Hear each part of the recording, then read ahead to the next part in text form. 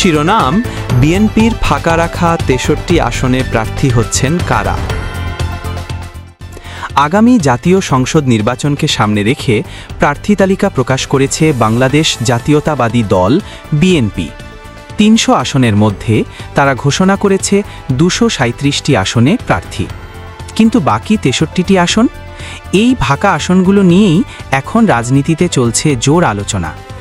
সোমবার রাতে প্রার্থী তালিকা প্রকাশের পর বিএনপি মহাসচিব মির্জা ফখরুল ইসলাম আলমগীর বলেন, যেসব আসনে যুগপৎ আন্দোলনের শরিকরা আগ্রহী সে আসনগুলোতে আমরা প্রার্থী দিইনি, অর্থাৎ বিএনপির এই ফাঁকা আসনগুলোর বড় অংশই জোট বা মিত্র দলের জন্য রাখা হয়েছে।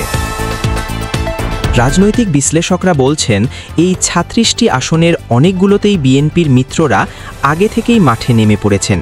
যেমন ঢাকার ১৩ নম্বর আসনে ইতোমধ্যেই প্রচারণা শুরু করেছেন জাতীয়তাবাদী গণতান্ত্রিক আন্দোলনের চেয়ারম্যান ববি হাজ্জাজ। তিনি জানিয়েছেন বিএনপি থেকে পেয়েছেন মৌখিক গ্রিন সিগন্যাল।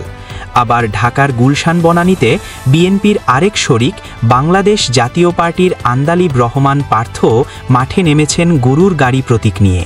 ঢাকার বাইরে ব্রাহ্মণবাড়িয়া ৬ আসনে বিএনপির জোটের প্রার্থী হিসেবে লড়ছেন গণসংহতি আন্দোলনের প্রধান সমন্বয়ক জোনায়েদ সাকি।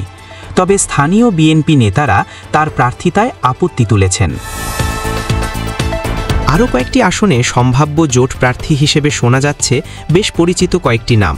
চট্টগ্রাম ১৪ আসনে এলডিপি নেতা ওমর ফারুক, বগুড়া ২ আসনে নাগরিক ঐক্যের আহ্বায়ক মাহমুদুর রহমান মান্না, পিরোজপুর ১ আসনে জাতীয় পার্টি জাফর চেয়ারম্যান মুস্তফা জামাল হায়দার এবং লক্ষ্মীপুর ১ আসনে এলডিপি চেয়ারম্যান শাহাদাত হোসেন সেলিম।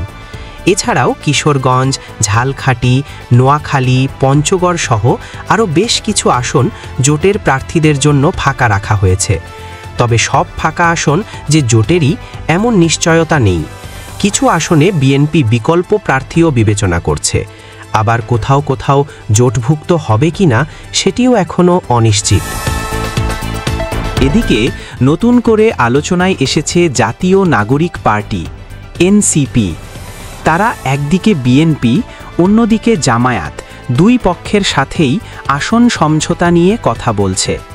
তবে সে ব্যাপারে এখনও চূড়ান্ত সিদ্ধান্ত হয়নি। ফলে বিএনপির ফাঁকা রাখা ৬৩ আসন এখন জোট রাজনীতির সবচেয়ে বড় প্রশ্ন। এই আসনগুলোতে কারা প্রার্থী হচ্ছেন সেটি নির্ধারণ করবে আসন্ন নির্বাচনে বিএনপির জোট কৌশল কতটা সফল হবে। ফাঁকা ৬৩ আসন, এখন সেটি বাংলাদেশের রাজনীতির নতুন সমীকরণ।